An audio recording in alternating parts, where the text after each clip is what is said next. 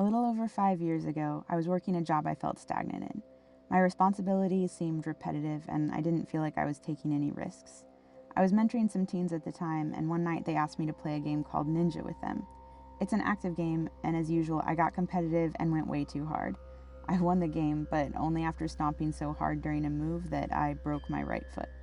For over 2 months, I couldn't drive or walk without crutches. I felt more trapped than I ever had since becoming an adult.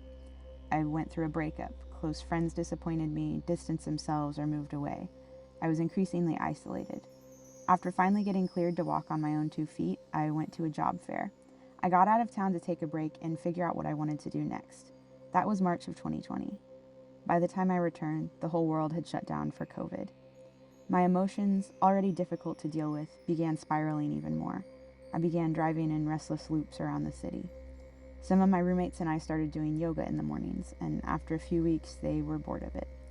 I'd gained a tiny amount of additional flexibility from these sessions, though, which surprised me. I hadn't believed that was possible. I was bored of yoga too, but I didn't want to lose my progress.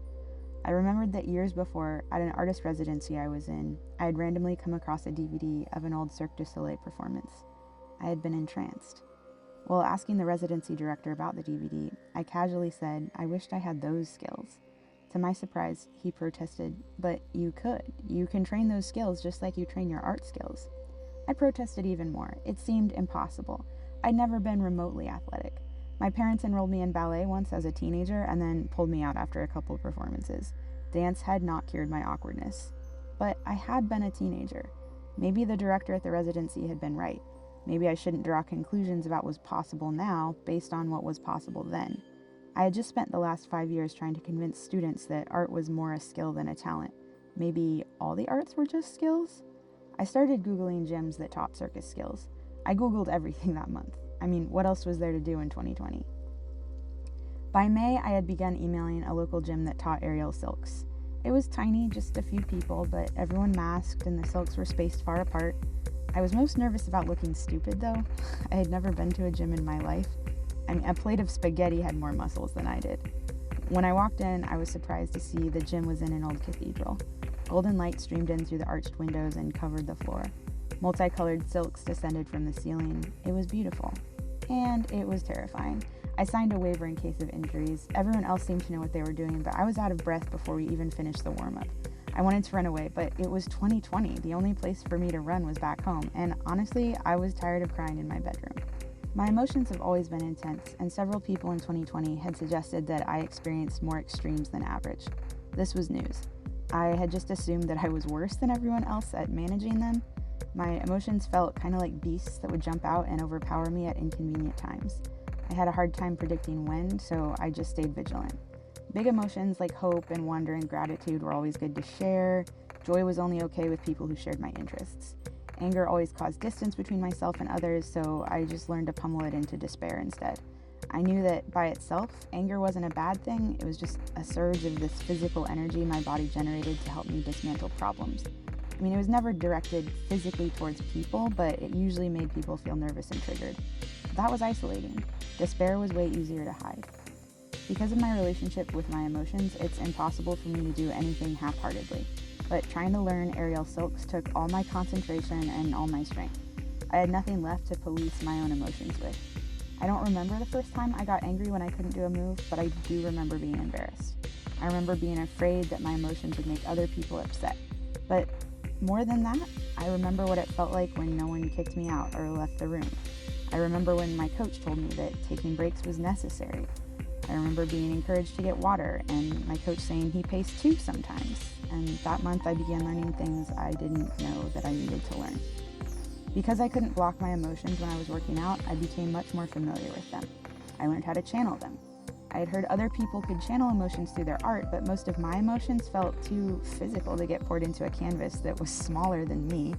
But I found space for those emotions 20 feet off the ground, flipping upside down faster than I ever had in my life. My emotions could become movement, they could become expression, and they could become the energy I needed to make something beautiful. They became less frightening. With the assistance of good coaches, I learned that I don't just have to put my head down, numb out, and push through unpleasant stuff. Taking a break is not the same as giving up. Rest is just as necessary as persistence. The analytical, problem-solving side of my brain had always felt disconnected from the expressive, emotional side, but during class, the two were forced to work together, and I couldn't have understood any of that without experiencing it.